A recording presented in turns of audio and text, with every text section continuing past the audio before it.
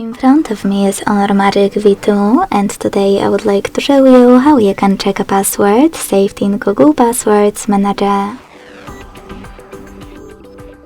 Begin by opening Settings and scrolling all the way down to access Google.